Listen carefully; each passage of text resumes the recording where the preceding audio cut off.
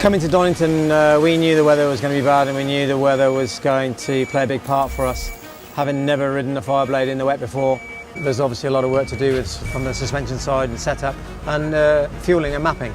However, I think the guys did a great job in that, in getting to a very good sort of base setting, if you like, to start with. What we've learned for the first time in the wet, genuinely I'm quite happy and quite pleased with the steps we've made. We've not rode this new bike in the wet, so it was going to be a difficult challenge for us all. We're just trying to learn it step by step throughout the weekend, the wet settings. You know, in the wet conditions, it's slidey, you don't have as much grip, it's a lot easier to make a mistake, and if you do make a mistake, they normally bite, you know, once the rear goes. Sometimes it just keeps going because it doesn't grip again.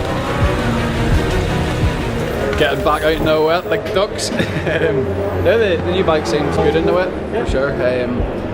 Certainly giving me a bit of confidence back. Yeah, it's fun riding in the wet as well, isn't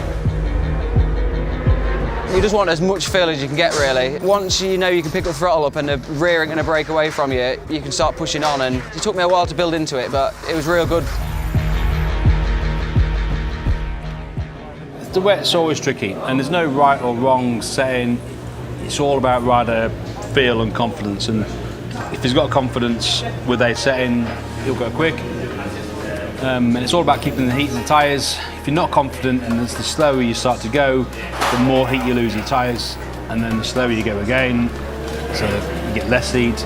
So the trick is to try and push straight away to keep the tyres warm. So we've got obviously wet Pirellis. There's two options on the rear, a soft and a harder one. The hard one's maybe only there for drying conditions. Basically, when the tyres come out of the mould, they use a releasing agent, and it leaves a really shiny shine on the tyres. Slippy, very slippy. So just get a bit of Scott-Brite, give it a rub, just take the edge off, dulls the tyre a bit. One less thing to worry about. It's a slightly different size than the dry tyre, so we have to change the chassis, and obviously the chassis itself you would change because you're not pushing as hard. You probably need to soften it off to get the movement from the front and the rear. Suspension, yeah, just look to see if you can get some grip, as much grip as you can. The front feels okay, it's just as soon as like I go around Melbourne and touch the throttle. Even up here, I think we need to go softer in the rear. Check to see, but I feel like there's not enough transfer. As far as electronics go, we have softer throttle maps for the wet, just to allow a similar sort of progression out of the turn, but try not to spin the tyre. And then the other thing is engine brake. From wet to dry, it's quite a big step. You want the bike to kind of flow through the turn a lot more. You're not braking as hard if you've got too much engine brake, because you've got lack of grip on the rear anyway, you'll just go sideways. I struggled in the heavy wet last year. I struggled in all conditions, I guess, but really poor in the heavy wet. And this bike gave me the confidence that I can fight at the front in them conditions also.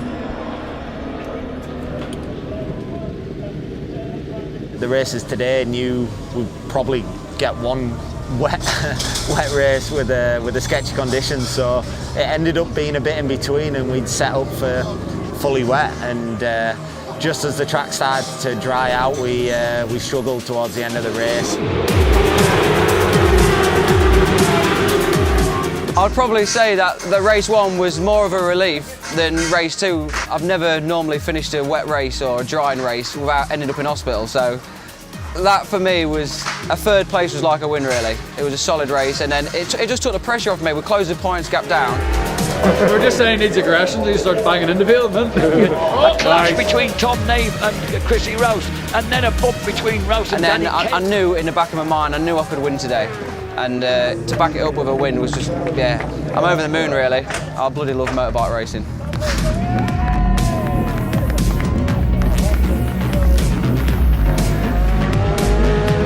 I'm excited to move on from here and hopefully finish the season on a good note.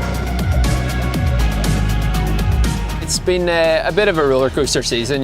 5 rounds ago, I won 2 races and it took us a long time to recover kind of where we were. So to win a race again today, I think there's only 2 of us that have won 3 races, me and Josh. So it shows that I have the speed to win races and the ability to do it. I just haven't got the consistency at the minute, but I think that's going to come in time. For Andrew, coming back and having a win here at Donington Park, backing up his race win here in the first round of the championship, it is fantastic. It's a great step forward for us. The debut season to go into the last round with a fighting chance of a championship is something that I don't think any of us dreamed of. The team have worked so well and they deserve the second place to follow up what Andrew achieved in the race 1, which is the best I've ever seen him ride in them conditions, because I know he's a full wet man and maybe nothing in between, and it was a really mature ride that saved me some points over my main rivals. You know, it showed that Glenn's got the pace and got the drive, back on the podium, second place, and the championship's all there to play for.